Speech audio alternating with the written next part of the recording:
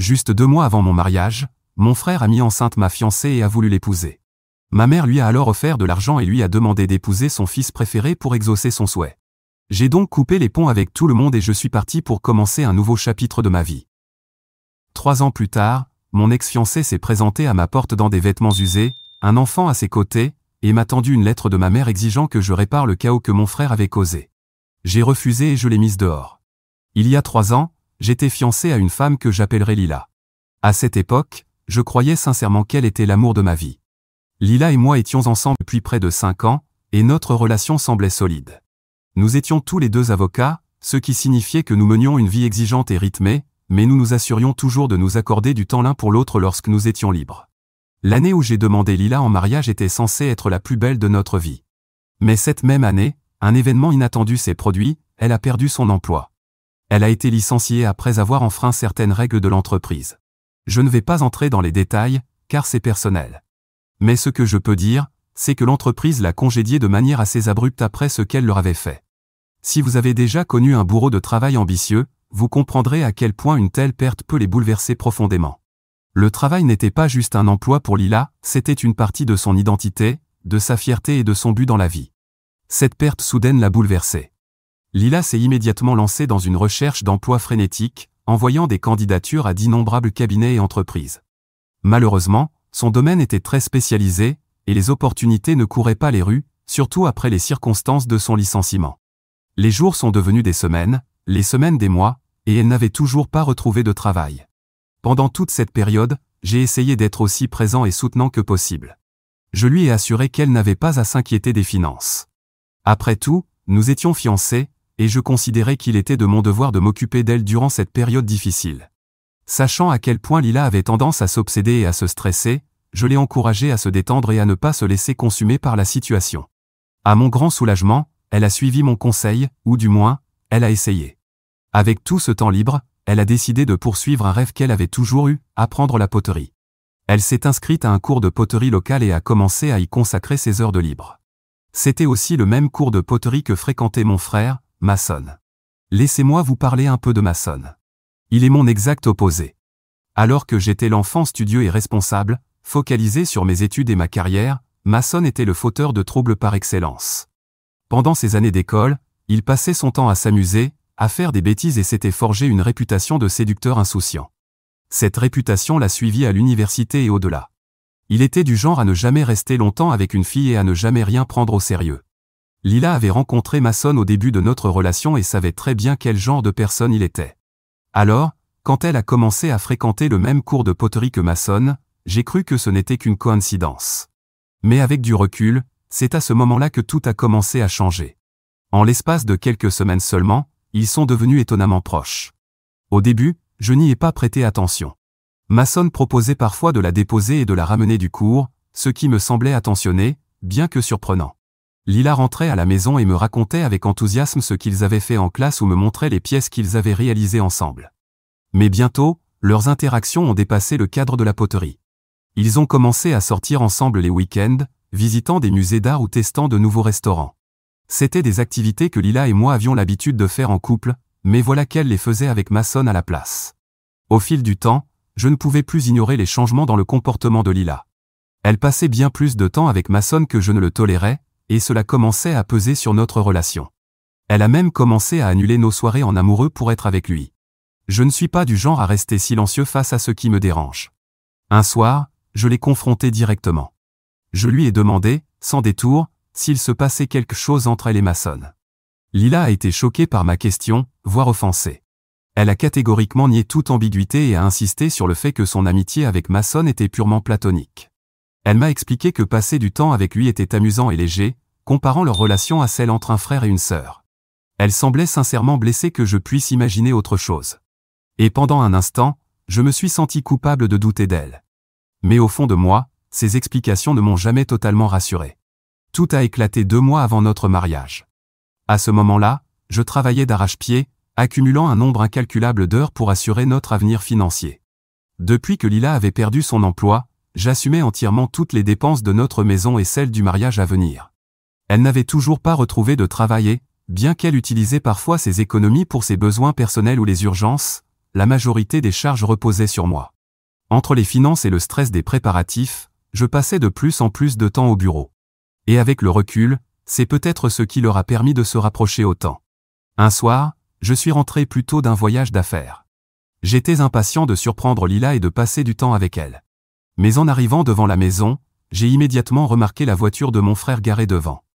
Normalement, je n'y aurais pas prêté attention. Mason avait l'habitude de passer à l'improviste.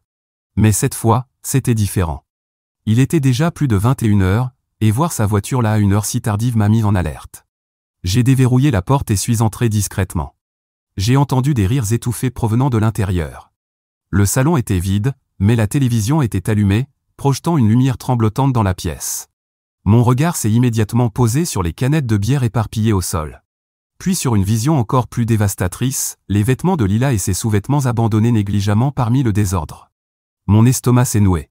J'ai su, à cet instant précis, ce que j'étais sur le point de découvrir. Une partie de moi voulait faire demi-tour et partir. Mais une autre partie, celle qui avait besoin d'une preuve irréfutable, m'a poussé à avancer. Je devais le voir de mes propres yeux.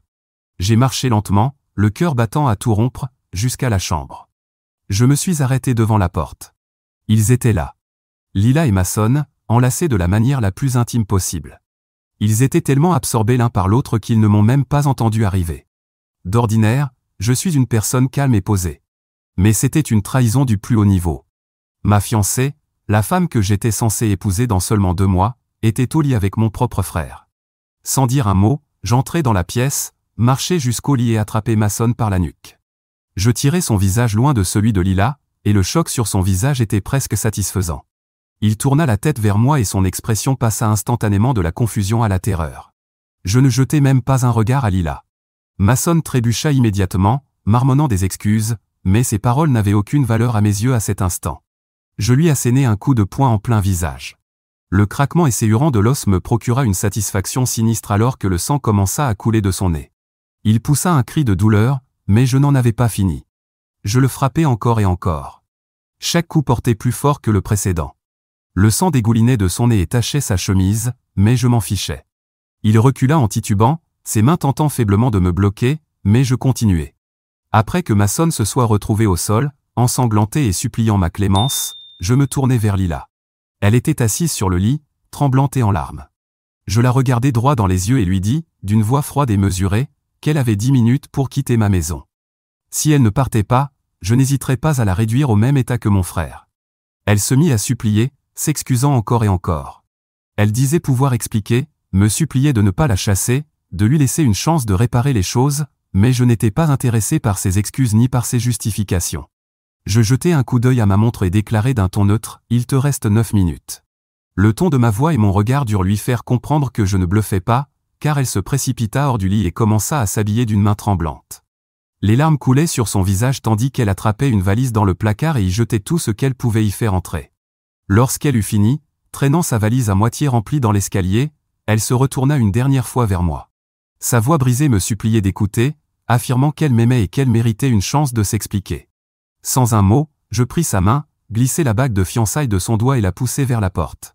Elle essaya de résister, me suppliant de reconsidérer, mais j'en avais fini.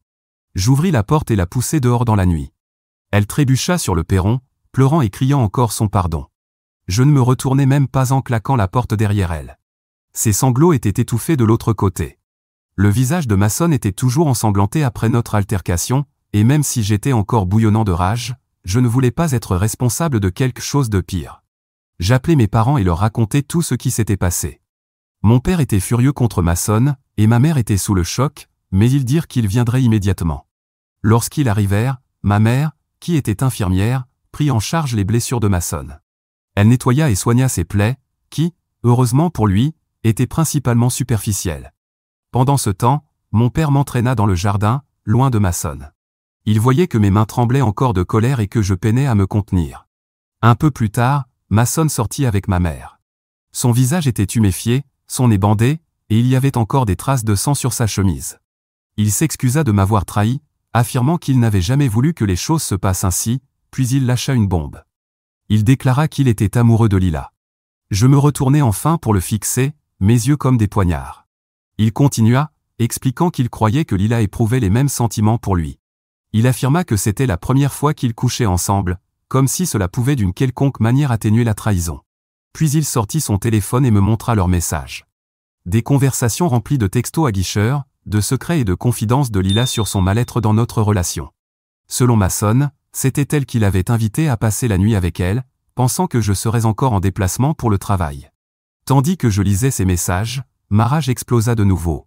Mason continuait de parler, me disant à quel point il était désolé de m'avoir trahi, mais il insistait aussi sur le fait qu'il n'avait jamais ressenti cela pour personne auparavant. Il affirma qu'il n'avait pas pu s'en empêcher et me supplia de lui pardonner. Ces mots étaient comme des poignards remuant dans la plaie.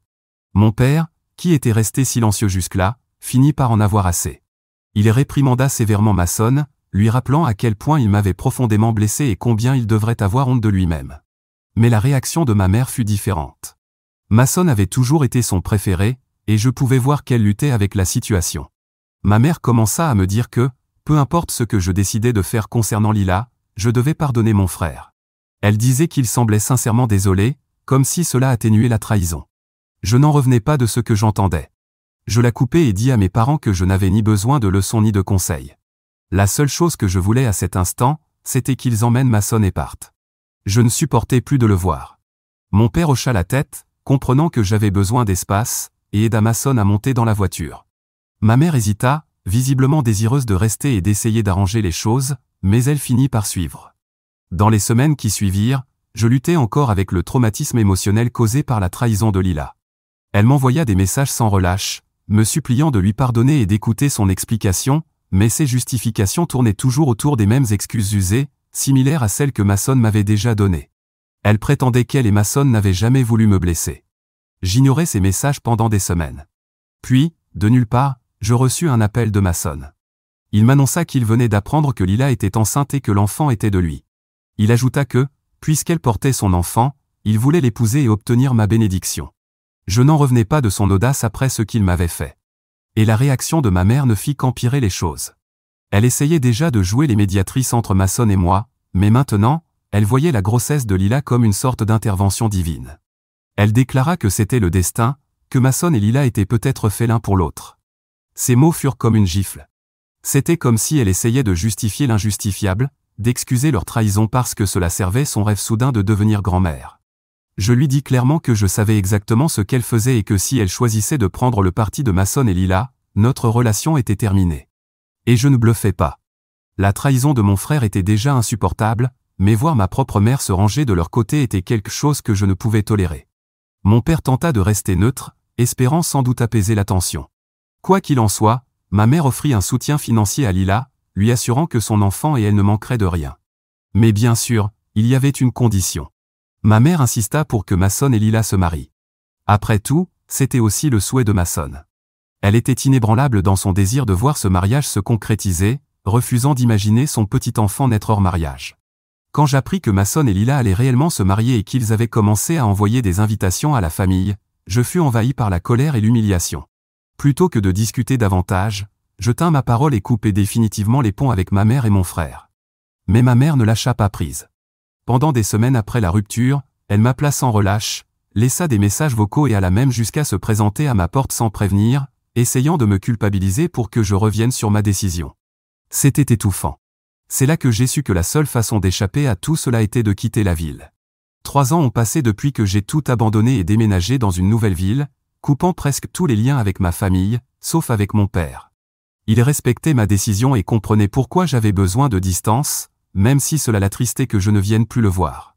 En ces 3 années, j'ai reconstruit ma vie, morceau par morceau. Je n'ai partagé mon nouveau numéro qu'avec mon père. Je me suis fait de nouveaux amis, retrouvé une certaine normalité et travaillé dur pour laisser le passé derrière moi. Alors imaginez mon choc quand, hier, j'ai trouvé Lila devant ma porte, sonnant à mon interphone. Quand j'ouvris, je mis un moment à la reconnaître. Lila ne ressemblait en rien à la femme que j'avais autrefois aimée. Ses vêtements étaient usés et défraîchis, son visage pâle et amaigri, ses cheveux semblaient ternes et négligés. Elle se tenait là, serrant la main d'une petite fille qui ne devait pas avoir plus de 2 ou 3 ans.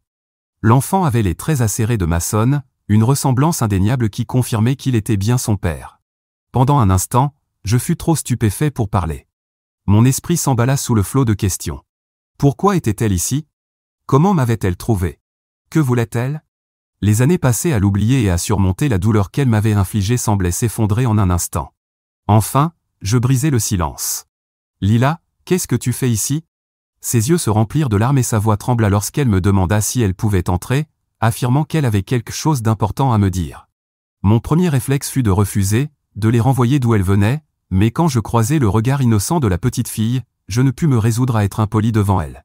Alors je m'écartai et les laissai entrer. Je les conduisis jusqu'au canapé et leur offris un verre d'eau. Une fois installé, je m'assis en face d'elle et demandai. « Qu'est-ce que vous faites ici ?» Je savais déjà qu'elle n'aurait pas pu me retrouver seule. Je n'avais donné mon adresse à personne, à part mon père, et je lui faisais confiance pour la garder secrète, sauf en cas d'urgence. Alors, qu'est-ce qui était si important pour qu'il lui révèle où me trouver? Au lieu de répondre immédiatement, Lila plongea la main dans son sac et en sortit une enveloppe. Elle me la tendit sans un mot. Je l'ouvris et reconnus immédiatement l'écriture de ma mère. Mon estomac se serra en lisant son message. Ma mère écrivait, en termes clairs, qu'il était de ma responsabilité de réparer le chaos laissé par Mason. Elle détaillait à quel point Lila et Jessie étaient en difficulté, comment Mason les avait abandonnés, et comment, en tant que frère de Mason et oncle de Jessie, c'était désormais à moi de prendre soin d'elle. Je relevai les yeux vers Lila, confus et furieux. « Qu'est-ce que c'est censé vouloir dire ?» demandai-je en brandissant la lettre. C'est à ce moment-là que Lila s'est effondrée et a commencé à me raconter toute l'histoire. Selon elle, Mason avait toujours été infidèle dans leur mariage dès le tout début. Même après la naissance de leur fille Jessie, mon frère avait continué à avoir des aventures de temps en temps tout au long de leur relation. Lila, de son côté, avait essayé de faire fonctionner leur couple, espérant que les choses s'amélioreraient avec le temps, ne serait-ce que pour le bien de Jessie. Mais il y a 3 mois, Mason avait brusquement fait ses valises et était parti, sans explication, sans mots, sans avertissement. Il avait juste disparu.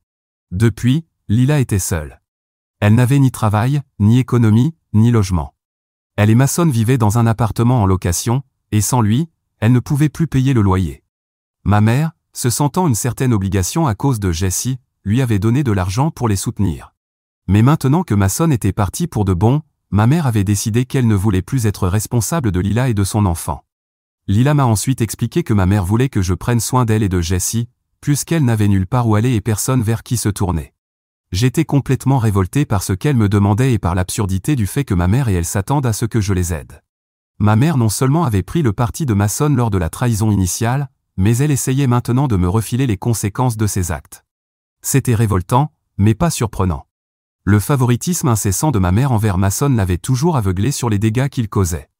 J'ai immédiatement dit à Lila, assez brutalement et devant son enfant, qu'elle n'avait aucun droit d'attendre mon aide. Après tout, ce n'était pas mon enfant. Elle n'était plus ma fiancée et ce n'était clairement pas ma responsabilité. Même si j'étais désolé qu'elle ait été abandonnée par Mason, elle aurait dû s'y attendre. Après tout, il n'était ni fiable ni digne de confiance. Quoi qu'il en soit, je n'allais pas me laisser manipuler par la culpabilité, alors j'ai demandé à Lila de partir. Elle a commencé à pleurer, disant qu'elle n'avait nulle part où aller, plus d'argent, et que tout ce qui lui restait, elle l'avait dépensé en essence pour venir me voir. J'ai fini par lui donner quelques billets de $100 avant de lui demander de partir. Depuis, même si je sais que j'ai fait ce qu'il fallait, je ne peux m'empêcher de ressentir une certaine culpabilité. J'ai de la peine pour cet enfant innocent. Devrais-je m'en vouloir? Mise à jour 1. Je tiens à clarifier certaines choses. Le comportement de ma mère dans cette situation me dépasse complètement. Le fait qu'elle essaie de me culpabiliser pour aider Lila et son enfant après tout ce qui s'est passé me semble incroyablement égoïste. Je comprends qu'elle puisse se sentir responsable à cause de son petit enfant, mais elle ne devrait pas attendre de moi que je répare les erreurs de son fils, surtout après avoir complètement ignoré mes sentiments et pris le parti de Mason lors de la trahison. Sa demande est totalement déplacée. Je suis d'accord avec certains d'entre vous qui disent que mon père m'a également trahi. Au lieu de me soutenir après l'infidélité, il a adopté une position neutre.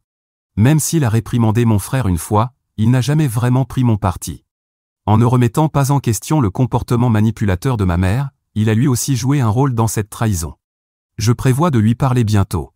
Lila a peut-être été abandonnée par Mason, mais cela ne fait pas automatiquement de moi la personne chargée de s'occuper d'elle. Elle a fait ses choix et, même si j'éprouve un peu de compassion pour elle, étant donné la situation, je ne lui dois absolument rien. Le fait qu'elle soit venue frapper à ma porte sans rien d'autre qu'une histoire larmoyante et un enfant ne fait que souligner son désespoir. Ce que j'ai fait, lui dire de partir, lui donner un peu d'argent mais refuser d'assumer plus de responsabilités, était une façon d'imposer des limites. Je ne l'ai pas rejeté par rancune. J'ai simplement été clair, ce n'est pas à moi de réparer ce que Masson a détruit. Non, cet enfant n'est définitivement pas le mien. Lila et moi avions déjà rompu depuis plusieurs semaines avant qu'elle ne tombe enceinte. Et à ce moment-là, nous avions cessé toute intimité depuis un bon bout de temps. Le timing est clair et il n'y a absolument aucune possibilité que je sois le père. En plus, Jessie a tous les traits de Masson. Son visage, ses yeux, son sourire. C'est comme le voir enfant. Il n'y a aucun doute dans mon esprit que Masson est son père. Je n'ai pas besoin d'un test de paternité, car la ressemblance est flagrante. Cet enfant est sans aucun doute le sien, et je ne vais pas me laisser entraîner dans une quelconque confusion supplémentaire. Non, je ne veux pas adopter ma nièce. Je n'arrive pas à croire que certains d'entre vous suggèrent cela. Peu importe la situation financière ou émotionnelle de Lila, elle est la mère et c'est sa responsabilité. Je ne comprends pas pourquoi elle n'a jamais travaillé après son mariage ou pourquoi elle n'a rien économisé. Masson est le père, donc même s'ils se séparent, c'est à eux de s'occuper de leur enfant. Masson n'a pas le choix, il doit payer une pension alimentaire. Mise à jour 2. J'ai parlé avec mes parents de toute cette histoire. Je savais déjà que mon père avait donné mon adresse à Lila, mais je voulais l'entendre de sa bouche. Je l'ai appelé et lui ai demandé directement pourquoi il avait accepté de partager mon adresse avec elle alors que je lui avais expressément demandé de ne pas le faire, et ce qu'il attendait de moi après toutes ces années. Mon père est resté silencieux un moment, clairement mal à l'aise. Puis il a poussé un long soupir et s'est excusé. « Je suis désolé, mon fils. Vraiment. Nous avons tout essayé pour aider Lila, mais avec Masson absent depuis si longtemps, nous ne pouvions pas faire grand-chose. Ta mère m'a supplié de lui donner ton adresse. Elle disait que peut-être, en la voyant après tout ce temps, tu voudrais l'aider d'une façon ou d'une autre, puisqu'elle n'a nulle part où aller. Je sentais la frustration monter et je lui ai demandé pourquoi il pensait que j'aiderais quelqu'un comme elle. Elle m'a trahi avec Masson. Elle m'a blessé. Et maintenant, tu veux que je l'aide ? Je lui ai demandé. Mon père m'a dit qu'il comprenait pourquoi j'étais en colère. Il m'a expliqué que ni lui ni ma mère ne voulaient que les choses se passent ainsi, mais que Lila et Jessie faisaient aussi partie de la famille. Il pensait que j'étais leur seule option. Il s'est excusé auprès de moi, mais je n'ai rien voulu entendre. Je lui ai dit que c'était fini entre nous. Je lui avais fait confiance pour être différent de ma mère, mais il s'avère qu'ils sont tous les mêmes traîtres hypocrites. Pensait-il vraiment que j'allais oublier le passé, accueillir Lila et l'enfant de mon frère dans ma vie, et commencer à m'occuper d'eux ? Waouh ! Mes parents ne se souciaient vraiment pas de moi. Je lui ai dit fermement et sans hésitation qu'il devait supprimer mon numéro et oublier que j'avais jamais existé pour lui. Puisqu'il connaissait mon adresse, je l'ai averti que si lui ou ma mère venait chez moi, j'appellerais la police. Mon père a tenté de s'excuser à nouveau, me suppliant de l'écouter, mais je n'étais plus intéressé. Ma voix n'a pas tremblé en parlant, mais le poids de mes mots était lourd. Ne m'appelle plus jamais, lui ai-je dit en le coupant. Juste, ne le fais pas. Tu as fait tes choix, et maintenant je fais les miens. Sans attendre sa réponse, j'ai raccroché et j'ai immédiatement bloqué son numéro. Ce qu'il a fait est impardonnable, et il n'y a plus de retour en arrière possible. Mise à jour 3. Cela fait presque un mois depuis ma dernière mise à jour. J'ai finalement réussi à retrouver Masson avec l'aide d'un de mes potes. Il s'avère que Lila avait raison. Masson vit avec sa dernière conquête, à quelques villes de chez nous, faisant comme s'il n'avait aucune responsabilité, comme s'il n'avait pas de famille. Je n'arrive pas à croire que ce soit le même gars qui, 3 ans auparavant, m'avait dit en me regardant droit dans les yeux qu'il était amoureux de Lila, le même gars qui avait bouleversé ma vie. Et maintenant, après tout ça, il vivait avec une autre femme, comme s'il n'avait jamais abandonné sa femme et son enfant. C'était révoltant, insensé même. Comment quelqu'un pouvait-il être aussi égoïste, aussi insensible ? Le fait qu'il puisse agir aussi naturellement, comme si abandonner son propre enfant n'était qu'un léger désagrément, me rendait malade. Après avoir découvert où il se trouvait, j'ai envoyé son adresse à Lila. Je ne voulais pas m'impliquer davantage dans ses problèmes, mais je ne voulais pas non plus qu'elle se sente totalement démunie.